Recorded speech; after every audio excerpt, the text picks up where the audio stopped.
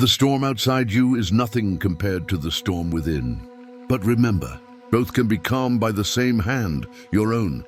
Welcome to Stoic Valor, where every word is designed to awaken the strength you forgot you had and remind you that serenity is not found by avoiding chaos, but by mastering it.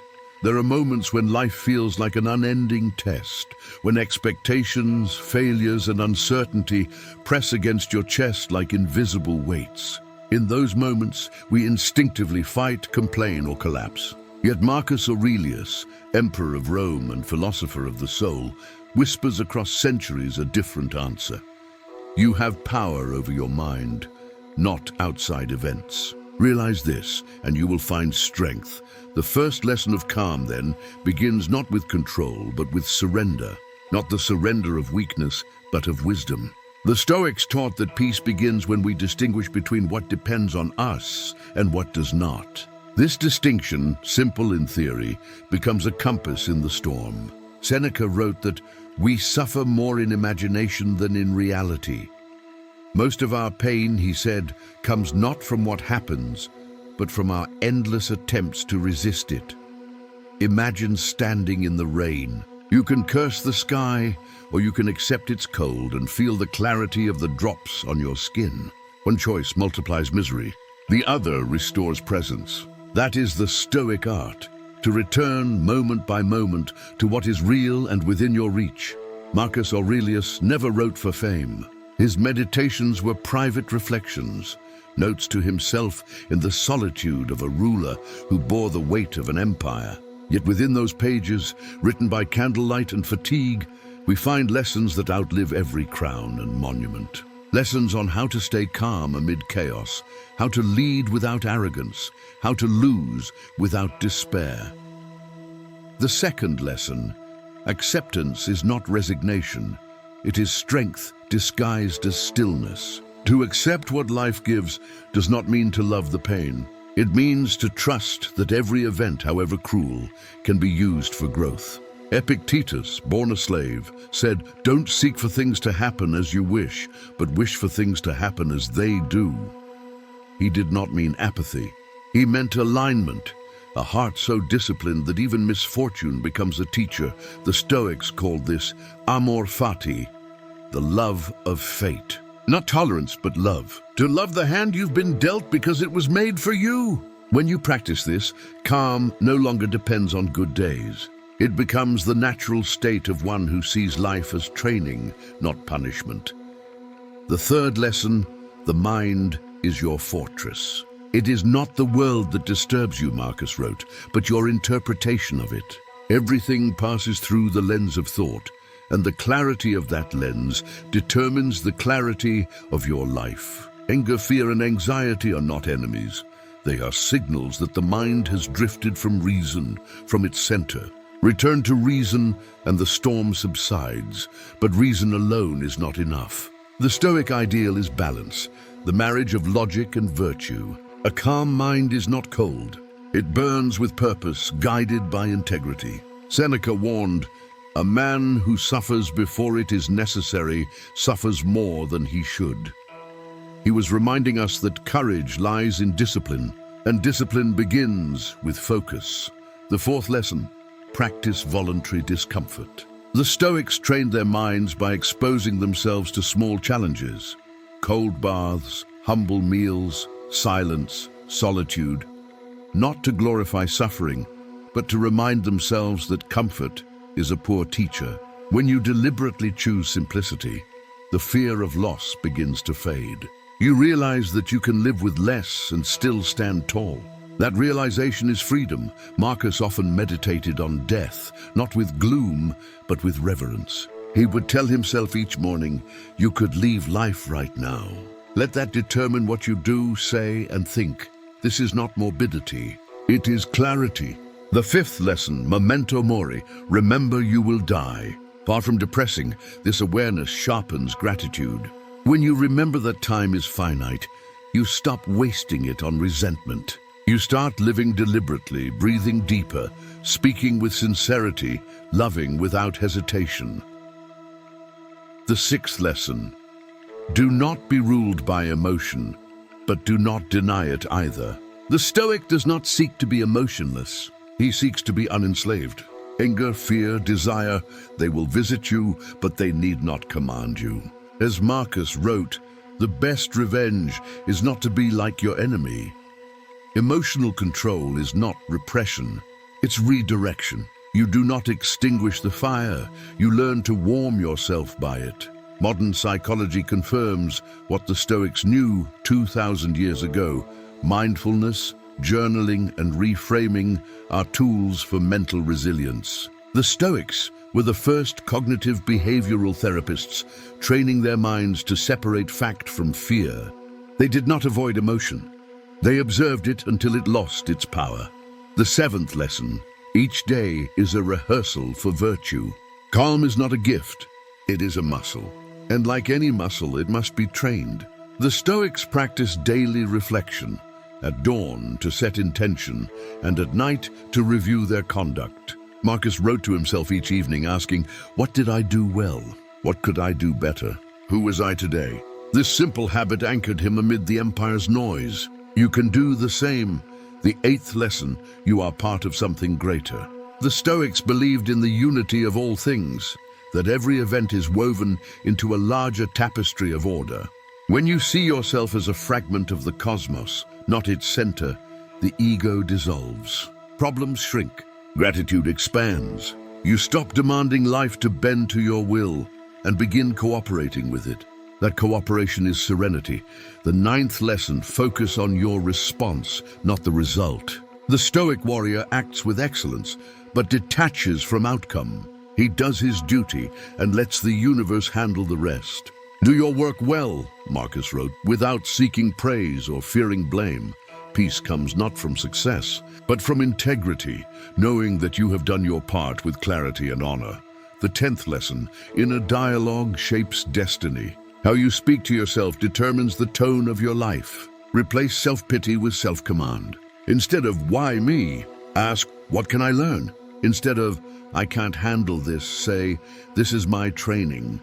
Every thought you allow is a seed. Choose those that grow into resilience. And the 11th lesson, the culmination of them all: be the calm you seek. The Stoic path is not about escaping emotion, but embodying tranquility in the midst of it. It is the art of being still while the world moves. The art of seeing clearly while others panic. The art of standing tall when everything shakes. Calm is not the absence of movement, it is the mastery of self. It is the emperor writing in his tent while the war rages outside. It is the worker who breathes before reacting. It is you, right now, learning to observe rather than be consumed. Marcus Aurelius lived in a world far more brutal than ours: plague, war, betrayal, loss. Yet his words glow with serenity. He did not wait for peace to arrive. He created it within himself. That is the invitation he leaves for us, to stop waiting for the world to calm down and become calm ourselves. That is the foundation of the Stoic life. And it begins not tomorrow, but here, in this breath, this thought, this moment of awareness, that you can choose how to see, how to feel, how to live. You don't control the wind, but you can always adjust the sail. We often hear this metaphor, yet few live by it. Most people wait for the sea to calm before they move. The Stoic does the opposite. He learns to move within the storm. To keep calm is not a passive state. It's an active art, a choice made again and again in the face of adversity. Marcus Aurelius wasn't teaching philosophy for idle thought. He was giving us a manual for life. Imagine this: you wake up tomorrow and your plans collapse. A message you didn't expect, a loss you didn't plan, a change you didn't want. You feel the rise of chaos within. The heartbeat quickens, the mind floods with "why now?" And this isn't fair. That's the precise moment when Stoicism begins. Because Stoicism doesn't exist in silence or comfort. It exists in friction, in the heat of reality. The first practice, the morning alignment. When Marcus Aurelius rose at dawn, he reminded himself, "Today I shall meet people who are meddling, ungrateful, arrogant, dishonest, jealous, and surly. They are like this because they cannot tell good from evil. He was preparing his mind for the day's inevitable friction. Before the chaos, he built inner armor. You can do the same. Each morning, take 3 breaths and say to yourself, I will meet difficulty, and I will remain calm. That short declaration shifts the mind from resistance to readiness. Ryan Holiday often calls this premeditation of adversity. It's not pessimism, it's mental vaccination. When you expect challenge, you stop being shocked by it. A Stoic morning routine is not about perfection, but perspective. Before checking your phone, look inward. Before reacting, pause. Before rushing, remember peace is preparation, not coincidence. The second practice, the pause. Epictetus said, if someone irritates you, realize that it is your judgment that irritates you. When anger rises, pause. That pause, even 3 seconds, is sacred. It's the small distance between instinct and wisdom. The Stoic doesn't suppress emotion. He observes it until it reveals its lesson. Next time you feel provoked, imagine Marcus beside you whispering, is this under your control? Most of the time, the answer is no. And that realization releases you from unnecessary suffering. This practice can be done anywhere. In traffic, in conversation, at work. The pause is your invisible shield. It's not weakness to step back. It's mastery. Anyone can shout. You can remain still. The third practice, the evening reflection. Marcus Aurelius wrote in Meditations as a nightly ritual. Before sleep, he examined his conduct, not to judge himself harshly, but to learn. Try this simple Stoic journaling practice. Ask yourself 3 questions before bed. What did I control well today? What did I let control me? How can I respond better tomorrow? This habit rewires the mind. It converts experience into wisdom. Over time, you begin to notice patterns, the same emotions, the same mistakes, and awareness itself becomes your teacher. Seneca said, every night we should call ourselves to account. What ailment have I cured today? What failing resisted? Where can I show progress? The Stoic doesn't aim to be flawless, only more conscious than yesterday. The fourth practice, voluntary discomfort. Comfort weakens the spirit when it becomes dependency. The Stoics practiced controlled hardship to remember their strength. Try fasting once in a while. Take a cold shower. Walk instead of driving. Sleep without luxury. These acts are not about denial. They are about detachment. You remind yourself that happiness is not owned by comfort. When you can face discomfort willingly, you lose the fear of losing comfort unwillingly. Modern psychology supports this. Exposure builds resilience. Every time you choose discipline over ease, your nervous system learns calm under pressure. It's the training ground for tranquility. The fifth practice, negative visualization. This may sound strange, imagining loss, failure, or pain, yet it is one of the oldest Stoic exercises. Before an important day, visualize what could go wrong. Picture obstacles clearly, then imagine yourself responding with grace. Epictetus taught that by rehearsing adversity, we reduce its sting when it arrives. It doesn't mean attracting misfortune. It means building readiness. A prepared mind doesn't fear loss. It recognizes impermanence as part of the order of things. The sixth practice, memento mori meditation. Death is not a subject of despair, but of perspective. Marcus Aurelius reflected daily. Do not act as if you were going to live 10,000 years. Death hangs over you. While you live, while it is in your power, be good. Spend 1 minute each day remembering that life is brief. Not to grow anxious, but to become present. When you remember that every day could be your last, trivial irritations fade. Gratitude grows. Every breath becomes sacred. The seventh practice, the circle of control exercise. Take a piece of paper. Draw 2 circles, one inside the other. In the inner circle, write what you can control, your actions, your words, your mindset. In the outer circle, write what you cannot, other people, the weather, the past, the future. Every time anxiety rises, look at the paper. Are you focusing on the outer circle? If so, return your attention inward. Marcus wrote, nowhere can man find a quieter or more untroubled retreat than in his own soul. This exercise builds that retreat. The eighth practice, Stoic silence. There's strength in restraint. Seneca advised, speech is silver, but silence is golden when we face fools. The modern world rewards reaction, instant replies, public outrage, endless debates. But calm is built in quiet. Try practicing intentional silence each day. 10 minutes without music, phone, or distraction. Just listen to your breath, to your thoughts, to life itself. You will realize how noisy the mind truly is, and how much power lies in stillness. The ninth practice, service over self. Marcus Aurelius constantly reminded himself that his purpose was not comfort, but contribution. What is not good for the hive, he said, is not good for the bee. When anxiety grips you, serve someone. Help a friend. Speak kindly to a stranger. Volunteer. In serving others, you escape the prison of self-centered thought. You become part of something larger, and that expands peace. Calm is found not in isolation, but in alignment with purpose. The 10th practice, Stoic detachment ritual. Once a week, choose something small you think you need. Caffeine, social media, gossip, comfort, and let it go for a day. Notice the reaction of your mind, the craving, the impatience, the small voice that says, I can't function without this. Observe it without judgment. That's the voice of attachment, and each time you face it, you weaken its control. Freedom begins when you no longer fear being without. If you integrate even 2 or 3 of these practices into your routine, your sense of calm will evolve from temporary to stable, from external to internal. You will no longer wait for quiet, you will create it. There's a moment in everyone's life when these principles are tested, not in theory, but in experience. A betrayal, a loss, a health scare, a sudden change. It's in that crucible that Stoicism becomes real.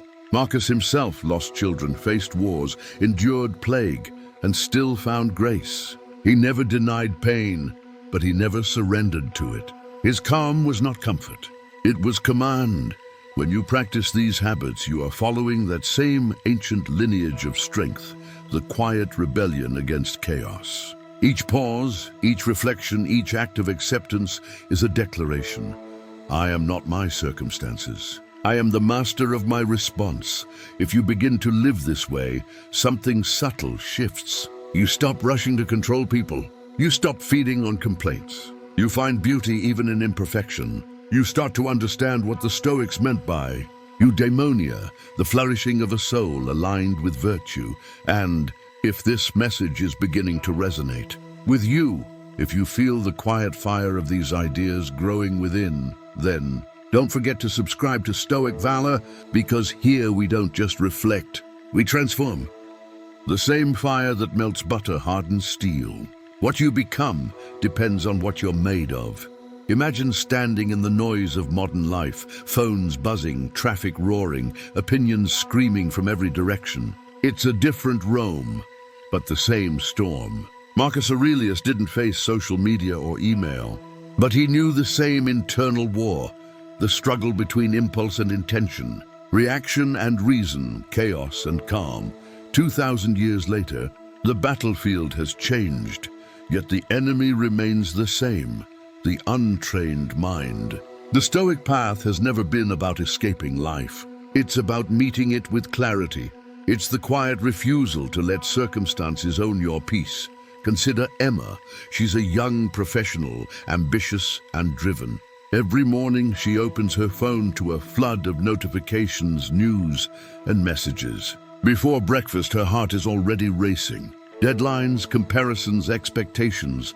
The world demands her attention before she's even centered herself. One morning, she stumbles upon a line from Marcus Aurelius. You have power over your mind, not outside events. She writes it on a sticky note and places it beside her computer. Days later, a project collapses. Her instinct is panic, to blame, to stress, to spiral. But then her eyes catch that note. She breathes. She whispers to herself, what is in my control right now? The answer is simple, her response. She straightens her back, speaks calmly, solves what she can, and accepts what she can't. The situation still hurts, but it doesn't consume her. That moment is not small, it's victory. That is Stoicism in motion. The modern Stoic is not a monk in the mountains. It's the nurse in the hospital staying steady amid crisis. It's the parent staying patient while teaching a child. It's the leader who chooses integrity over ego when temptation calls. The world is full of noise, and yet calm has never been more revolutionary. Ryan Holiday, one of the most influential modern interpreters of Stoicism, often writes that the obstacle is the way.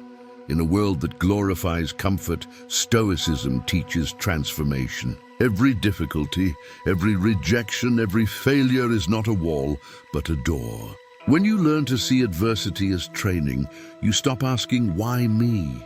and start asking, "For what purpose?" Mark Manson, in The Subtle Art of Not Giving a Feck, echoes this Stoic truth in his own way. You can't control everything, so choose wisely what deserves your energy.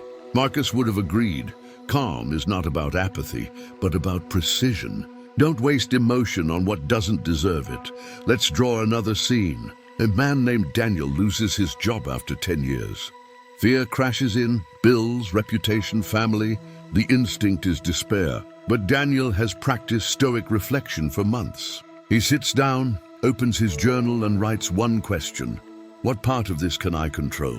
He realizes his attitude, his effort, his integrity. Not the economy, not the timing, just his inner state. The next day, instead of complaining, he sends out applications. He helps a friend with a project. He walks in the park. Each act is small, but it restores power. Weeks later, he finds a better role, not because fate was kind, but because he stayed calm enough to act with clarity. Stoicism doesn't erase pain. It prevents pain from paralyzing you. Seneca warned against being ruled by fortune. No man is crushed by misfortune unless he has first been deceived by prosperity. When we depend too heavily on comfort, the smallest loss feels fatal. Stoicism trains us to hold life lightly, to enjoy what we have without clinging to it. Contrast that with modern anxiety. The scroll of endless news, the obsession with validation, the addiction to comparison, these are the chains of our era. And yet, the Stoic cure remains timeless. Control your perception, master your response, and choose virtue over vanity. A Stoic in the modern world would use technology but not be owned by it. He would engage in social media but remain untouched by the crowd's noise. He would build success but not tie his worth to it. As James Clear writes in Atomic Habits, every action is a vote for the type of person you wish to become. The Stoic understands this deeply. Every reaction is a vote for your inner peace or your inner chaos. Let's look at contrast. Two people, same event, different mindsets. A woman is insulted online. One reacts instantly. Anger, defense, retaliation. Her peace shatters for hours. The other pauses. She breathes. She remembers Epictetus. If someone succeeds in provoking you, realize that your mind is complicit in the provocation. She chooses silence, or perhaps calm response. The event is the same. The meaning is transformed. That's Stoic alchemy, turning emotion into wisdom, or imagine failure, a business collapse, a relationship ending. One person sees disaster, another sees data. The Stoic studies what went wrong, learns, and moves forward with serenity. To him, setbacks are rehearsals for greatness. Robin Sharma, author of The Monk Who Sold His Ferrari, wrote, "Calmness is the cradle of power." The Stoics would nod. In moments of calm, you see clearly. You act from strength, not reaction. The calm person is not detached from life. He is engaged, but anchored.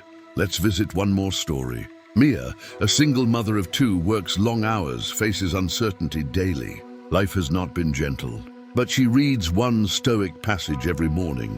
Over time, she starts applying it. She stops complaining about traffic. She thanks challenges for sharpening her resilience. When her child throws a tantrum, she doesn't shout. She smiles softly and says, "This is a test of patience." She breathes, and for a moment, she feels what Marcus must have felt, the quiet pride of mastery. Her life is still hard, but she has discovered power in peace. That's what Stoicism looks like in the 21st century. Not emotionless, but emotionally disciplined. Not detached, but deeply engaged. Not rigid, but rooted.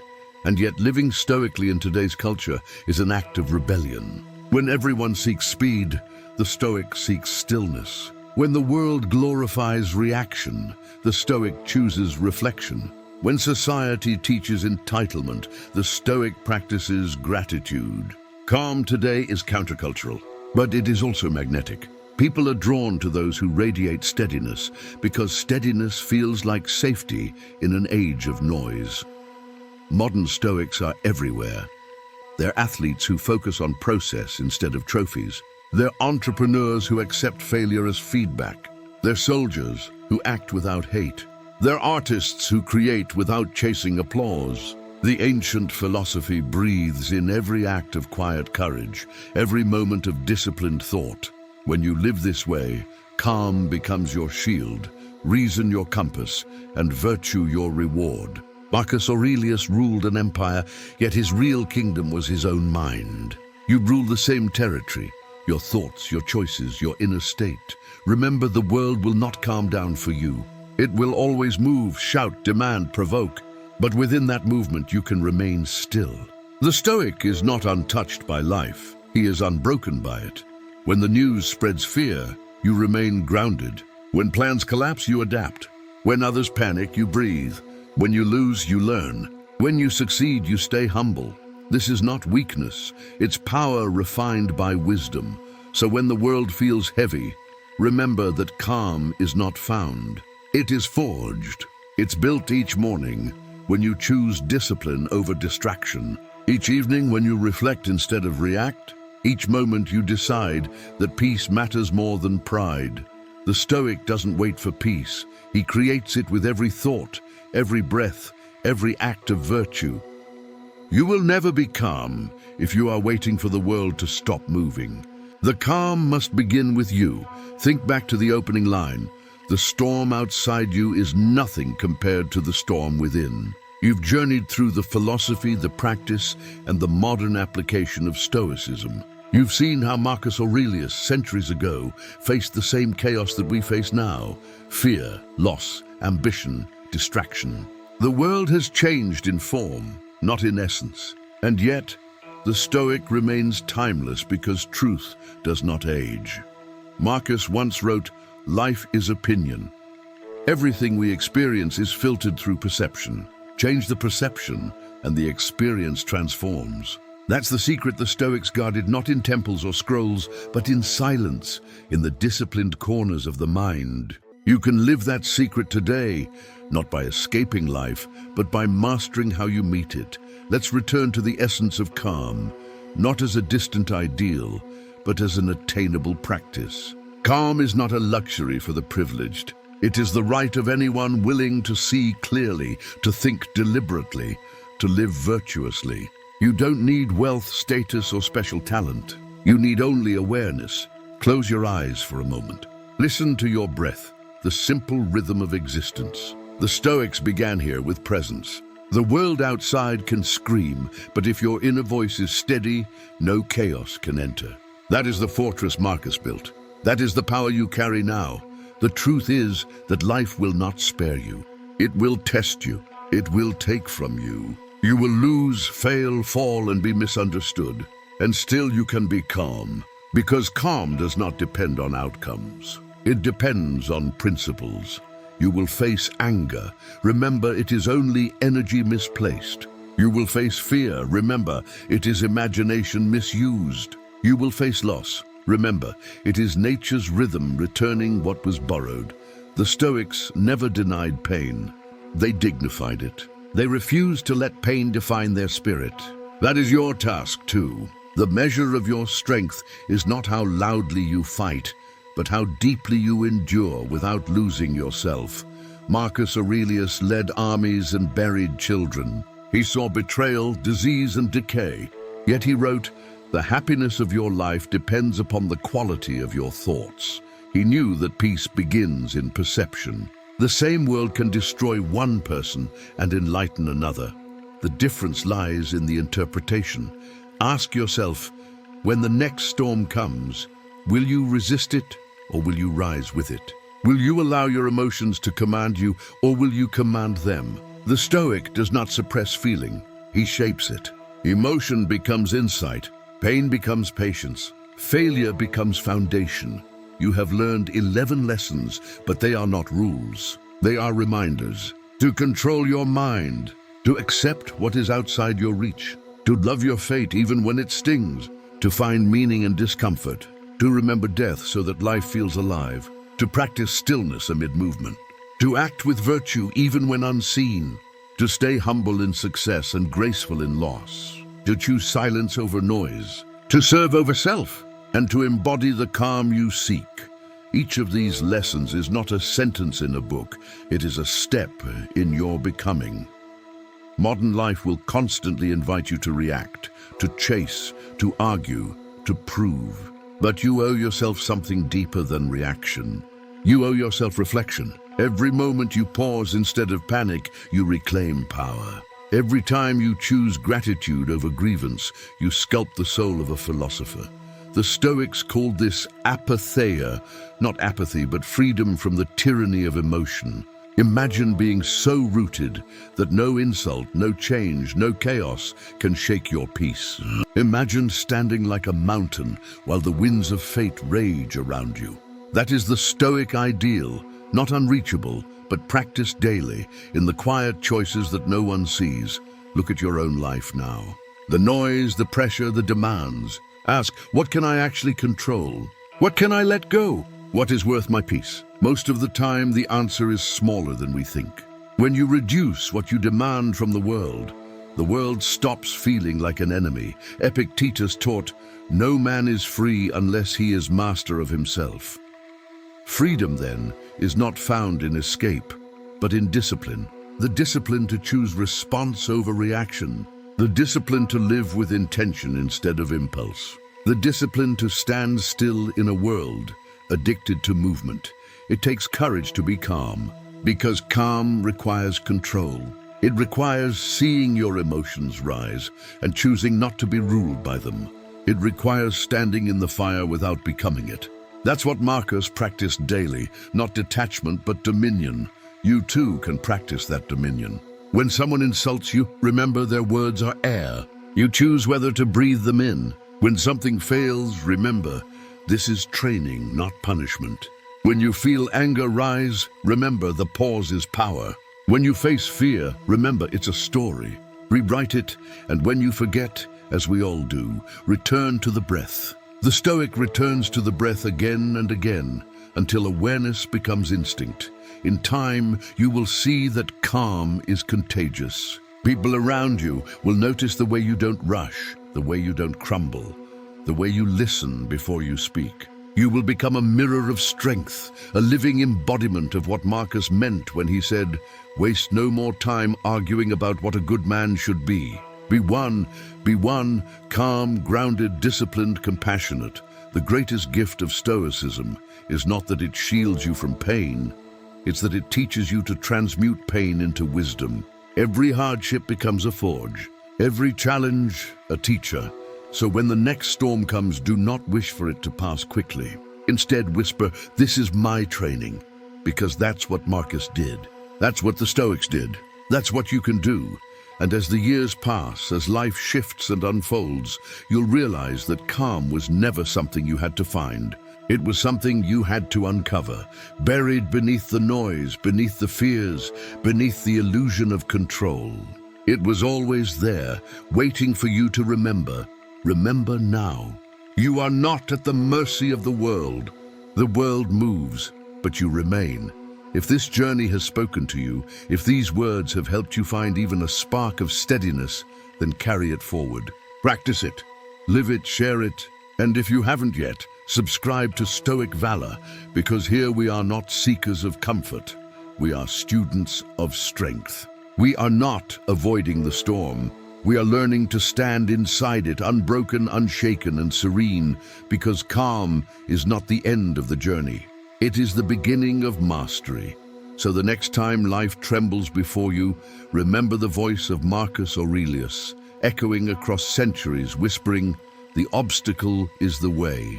The mind is your power. Be still and know your strength. The storm will pass. The mind will remain. And in that silence you will finally understand. The calm you seek was never outside. It was always within."